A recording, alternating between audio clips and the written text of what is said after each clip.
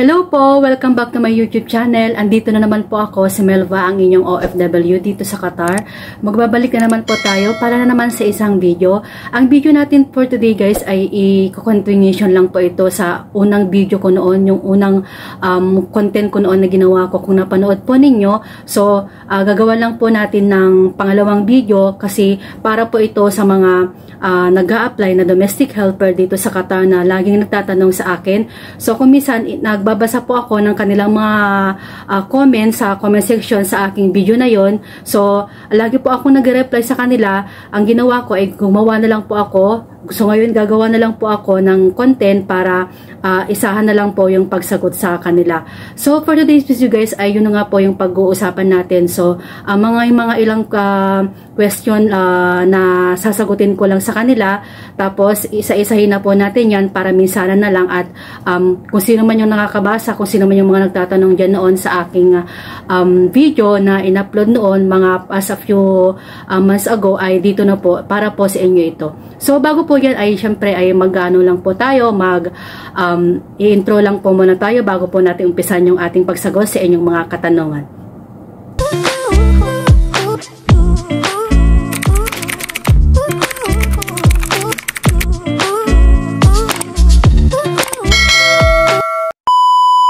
Guys, magbabalik po tayo. Ito po yung continuation ng ating content. So, may mga ilang katanungan lang. So, yung mga tanong nila is, safe ba dito sa Qatar? May mga day off ba dito sa Qatar?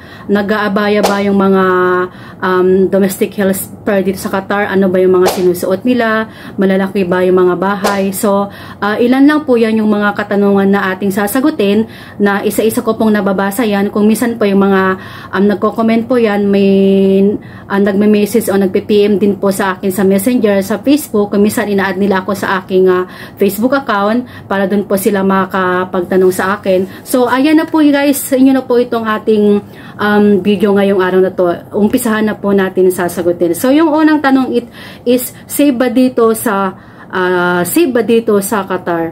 So, ano nyo na lang nyo guys, i-kumpara nyo na lang po sa Pilipinas. So, parang sa Pilipinas na lang dito sa Qatar. So, 'di ba pag sa Pilipinas, hindi naman natin alam na kung safe ba ang Pilipinas kasi hindi natin alam ang ugali ng bawat isa.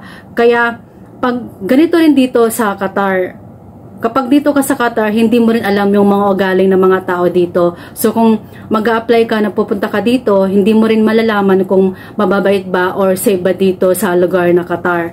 So pag nandito ka, syempre, maninibago ka kasi parang sa Pilipinas lang din na hindi mo alam yung mga ugali ng bawat isa. So, kaya nga hindi po natin alam kung magiging safe ba dito sa lugar na ito, dito sa Qatar. So, yung pangalawang question is, mababait ba yung mga amo sa Qatar? So, ayun, hindi ko pa alam kung mababait ba yung mga amo sa Qatar kasi hindi naman pare-pareho yung mga tao. So, yung mga amo kasi dito sa Qatar usually is ang mga tao dito is iba-iba yung mga nationality nila.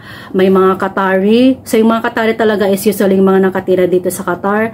Egyptian, yung mga ganyan, yung mga Jordanian, yung mga ibang nationality, yung mga ibang lahi, yung mga amo dito na usually kumukuha ng mga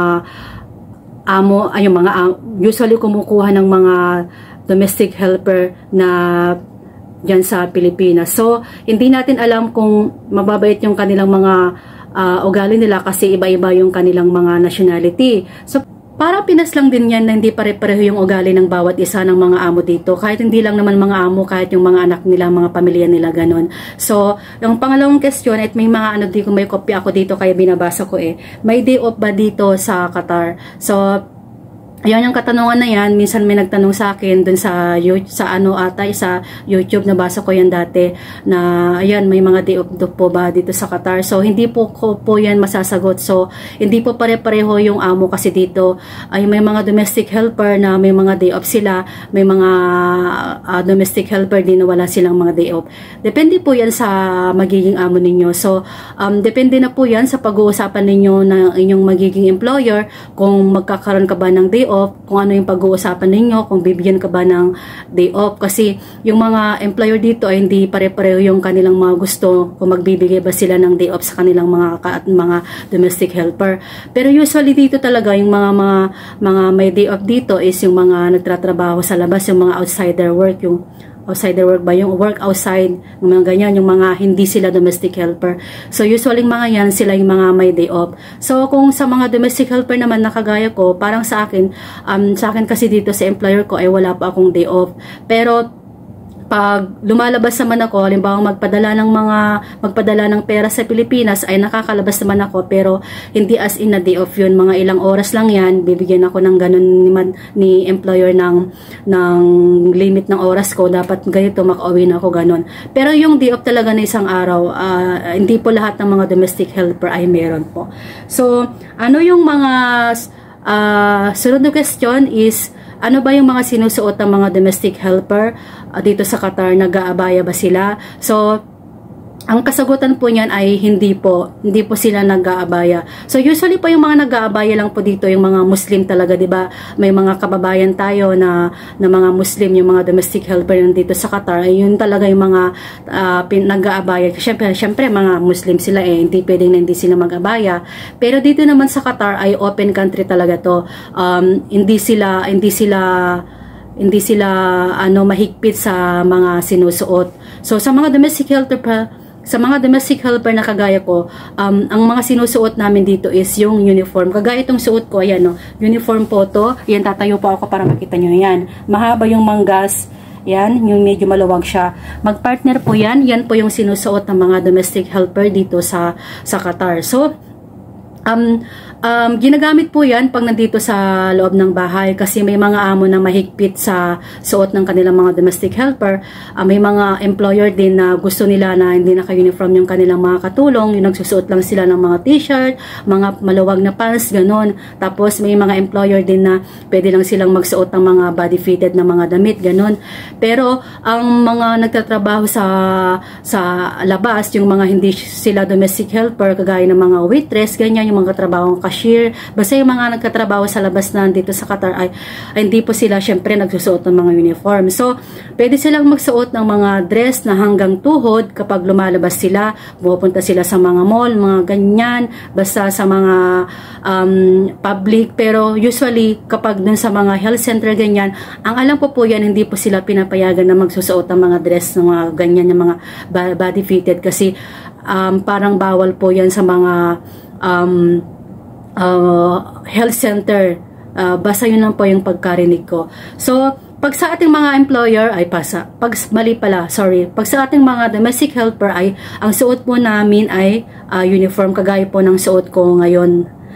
Tapos, hindi po kami nag-aabaya. Depende na po yan sa amo ninyo, sa magiging employer ninyo. Kasi may mga employer din dito na kahit Pinay ka, pinagsusuot ka talaga ng mga abaya kapag lumalabas. Usually, yung mga talokbong pa sa ulo, yung tinatalokbong nila sa ulo, yung tinatawag nila dito is shela, yung mga ganyan. O may mga scenario na ganyan, may mga amo na ganyan na pinapagsuot nila yung mga katulong nila ng mga shela para hindi makita yung buhok ng kanilang mga domestic helper. So, sunod na question ay malalaki ba yung mga bahay dito sa Qatar? So, hindi po pare-pareho na naman po yung mga bahay dito sa Qatar. So, usually, ang employer mo ay nasa villa ka, yung mga subdivision na ganyan, expected mo po yan na may malalaki po yung kanilang mga bahay. So, kung yung amo mo ay medyo may mga kaya, usually, mga bahay dito sa Qatar ay may mga first floor, second floor, kung minsan pa nga kapag may mga kaya yung mga employer talaga is may mga first, second hanggang third floor yung kanilang mga bahay. So may sarili silang mga toilet, may mga majilis sila. So ang style kasi pa ng mga bahay dito is may yung tinatawag na majilis din. Yung hiwalay na majilis ay para sa mga lalaki.